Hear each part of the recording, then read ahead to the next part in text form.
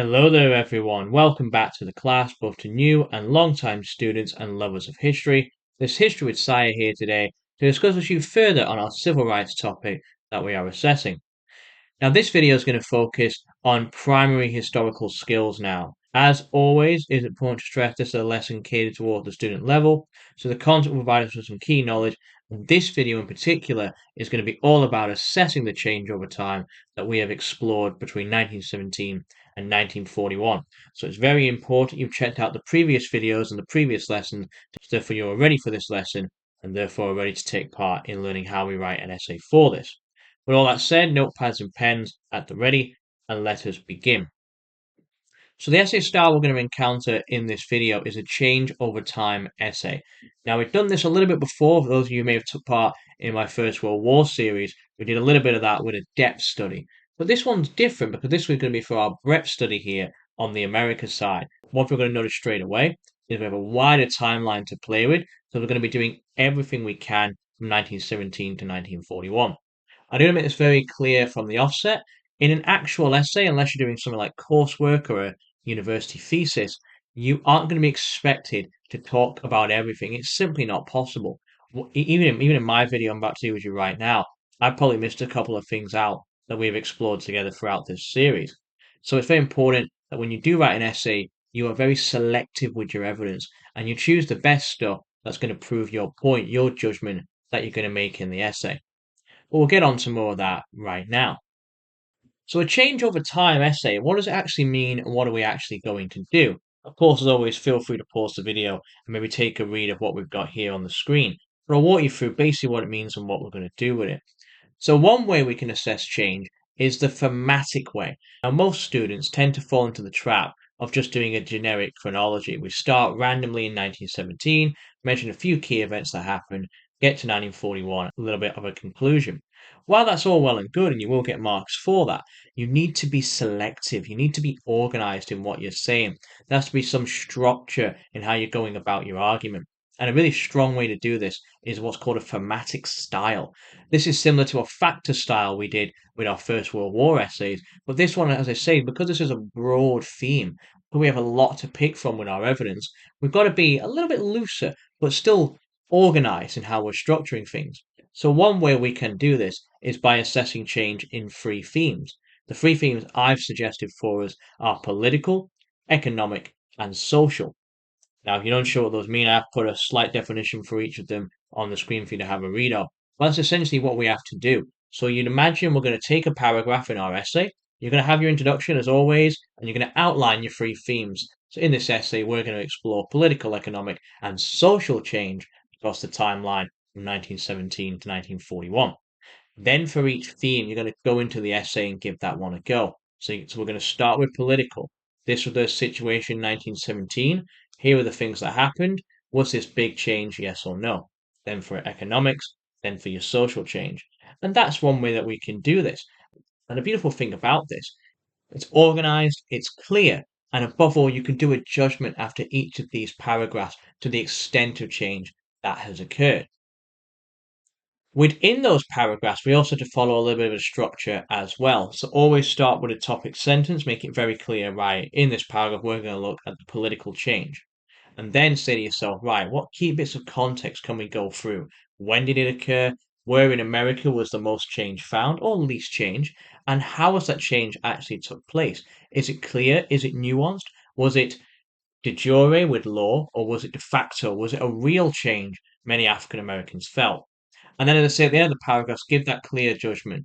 Did change actually happen or did it not happen? Some of you may also want to go after the higher grades here, so grades 7, 8, and 9 for GCSE, and grades A's and A stars for your A levels. So one way to do that is to take it a bit further than just these themes I've got on the screen. Again, do be aware you're going to need time in the essay to do this, so do pace yourself accordingly. There's two ways you could go about it. You could compare the progress African Americans had against whites as well, the whites in America. It's all good well and saying, oh, the African American made loads of progress from 1917 to 1941. But then you're going to check it in reality. However, compared to the situation of many whites in America, there clearly is still a long way to go in regards to economic jobs, for example. Another way to do that is also geography as well, the different demographics of the African Americans. Again, we should remember about the Great Migration, how there was a clear difference in quality of life for African Americans if you lived in the South compared to the North. So you can bring that in and kind of really note to that for each of your three themes as well. Again, just a little line here or there, or again, go into more detail if you're doing this for coursework or a thesis essay. With that said, then let's get straight into it, and I'll just give you a bit of an overview of each of the political themes and some things you may potentially wish to write for them. So, first one is our political theme, the political progress that happened. And compared to 1917 to 1941, this is a bit of the situation that we found. The Republican governments were effectively quite passive on the African American rights in the 1920s, despite all the promise the Republican Party had made in that Civil War era back in the 1860s. They simply didn't really do a lot for African Americans at this time. In some ways, you could argue they weakened it through their neglect and clearly prioritizing focusing on the economy and the big business agenda. It's made done some wider reading and learned that when these lynchings were happening, the likes of Warren Harding and Calvin Coolidge, they would speak out against it and say it was a horrible thing. But because they believed in limited and small government, they never got the federal government to act much and really enforce any of this change, especially what was going on down south. As a consequence, we see throughout the whole timeline, even into the Roosevelt era of the 1930s, that Jim Crow laws are still dominant. There still is no voting rights for for the African Americans living down there. And let's be honest, it's still not perfect up north either. So the Jim Crow laws of segregation are really a big problem for saying that the African American people have achieved any real political progress. Even for Roosevelt, his actions were quite token gestured in nature. He promised this big new deal, but there were no real law changes that directly benefited the African Americans. A key case study we found with proof of this throughout the 1930s was the Scottsboro 9 case. Again, yes, they were spared, but it wasn't the government who helped in that regard. And it was only the actions of the communists getting involved that actually managed to save these men and their lives.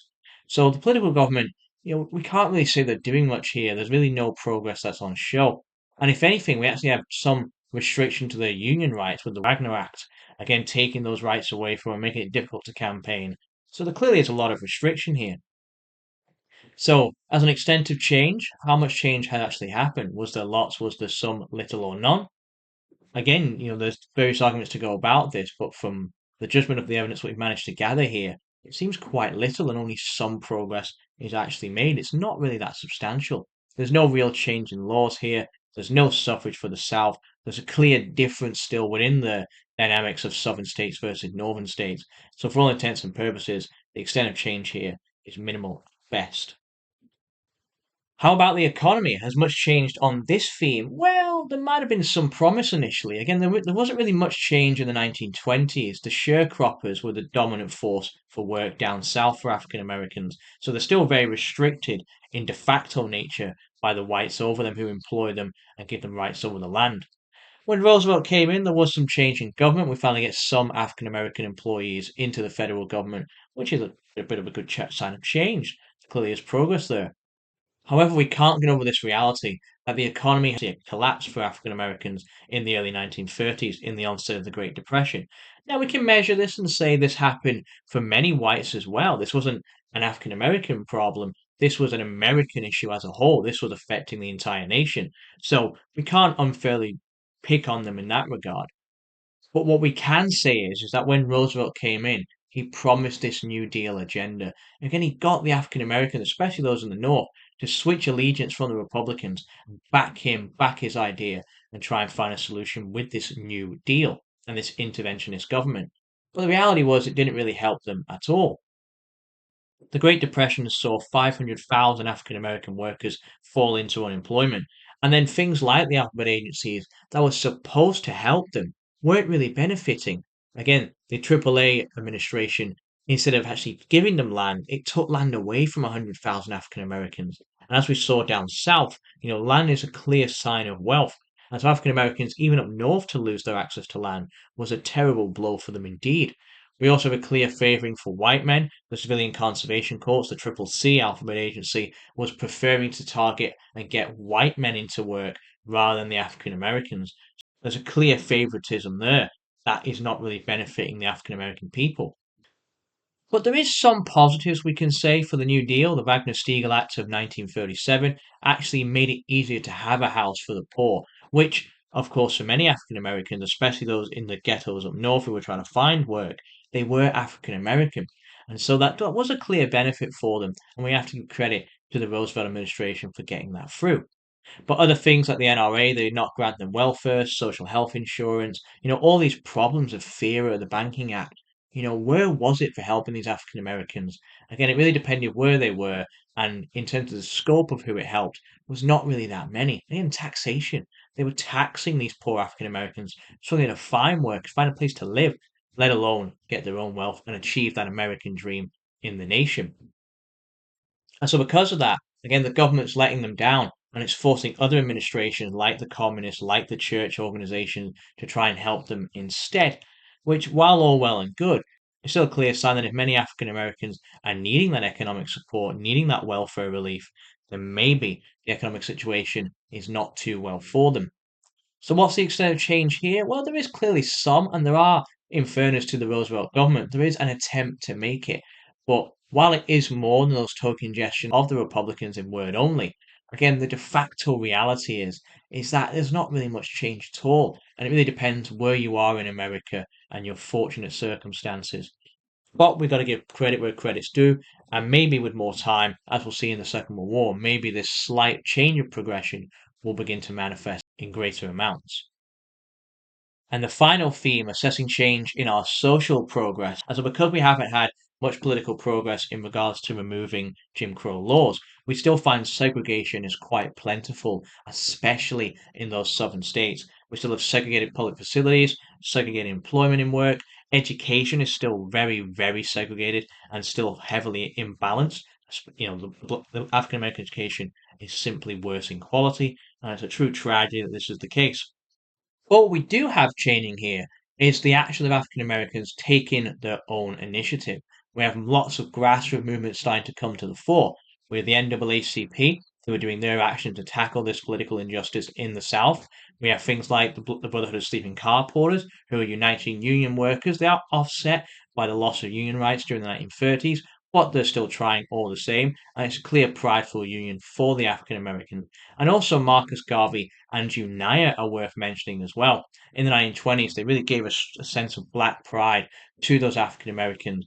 But it should be noted that it's predominantly in the northern states. This union, this culture, this pride is not seen to the same extent in the southern states. But again, we also have church organizations working. We have Ikes and the Peace Mission church groups that are supporting schools, trying to balance out those problems with segregation and the clear inequality that is affecting those southern states. We have medical and welfare centers that are being established. Again, this is all coming from the African Americans' own movements and really shows a sense of independence and ability for them to push through and try and improve their own situation. There are even women who are actually boycotting businesses that don't support African Americans, and therefore they're trying to really harm the white worker where it hurts, and therefore maybe try and prompt some support, prompt some activism. We're really going to see how this grassroots movement that has started here in the 1910s and the 1920s into the 1930s will really, it doesn't weaken, it's going to evolve as time goes forward. So it appears then that the extent of change here, there's still a lot of ways to go, but the African Americans are making big progress here in trying to enact change and take initiative themselves and really bring that social change into reality. And the final part then is then our judgment in our essays. So I strongly recommend you do this at the end of each of your thematic paragraphs, which then you can reiterate in your conclusions to show a strength of consistency and also analysis at the same time. So let's think about the political progress. What do we say? Not really much, if we're going to be honest. There's still that massive Jim Crow down south. There isn't really any action in the 1920s, and it feels like token gestures in the 1930s. There just isn't really a lot of change in the de jure sense of the law. Economic change, we had a bit of promise in the 1920s, but again, it was still under the sharecropper analysis. Again, a lot of people are relying on the Great Migration to get to the North and try and find the American dream there, which again is the African Americans taking it on themselves using their own initiative. But because of the Great Depression in 1929 onwards, because of that tragedy, we actually find it only gets worse. And so it's really a difficult climb for the African Americans to gain any real economic progress. So they're offset by wider problems they just sadly don't have control of. But there is a progression in social politics. Again, the North is still favorable compared to the South for where African Americans want to live. And because of the improvement in their own Black pride and their own organization groups, this one is making good progress.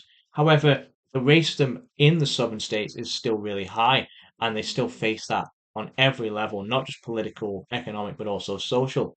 So, although this is what we have to do, we have to put it in perspective. Although the social progress appears the most plentiful of the three themes at this time, there is still lots of progress that must happen between now and the end of the century for African Americans to truly be able to say they've achieved some sense of equality. Some bonus criteria you can include as well are also pointing out some turning point years. Again, you would not be expected to do all of these. If I was you, I would probably pick just one to really ham home and really say, oh, this is a turning point. This is really good to emphasize. Was it the start of our era, First World War, when they all came home and began to reintegrate into society? Is that Wall Street crash that really put a dampener on any economic progress they could have made in the 1920s? Is it Roosevelt's New Deal, him being the first president to finally get involved and try to change and try to enact something that would benefit the African American community? Or maybe it could be change over time across the entire timeline we have to play with. Again, we mentioned the Great Migration there. And is there this carry on trend of African Americans wanting to escape the South and get to the North? Is the solution actually to leave those racist southern states and move to the northern states to escape segregation and try and achieve a better life for themselves? Again, that's all for you to decide. And do let me know, as always, in the comments below what your decision actually is for each of these three themes. And of course, maybe pick a turning point year for yourself. Is the one that I've not said that maybe you think is actually more important and worth mentioning? And overall, though, is life better for African Americans in 1941 compared to 1917? I'll let you decide for that. Do join me again for our next lesson where we go beyond 1941 into the Second World War and see if African Americans can continue to improve their lives, and also maybe if the government will get more involved and maybe enact some change themselves. As always, thank you for watching. I hope you found this video insightful. Do subscribe to make sure you stay on topic and take part in our lessons going forward. This is History with Sire. Thank you for listening.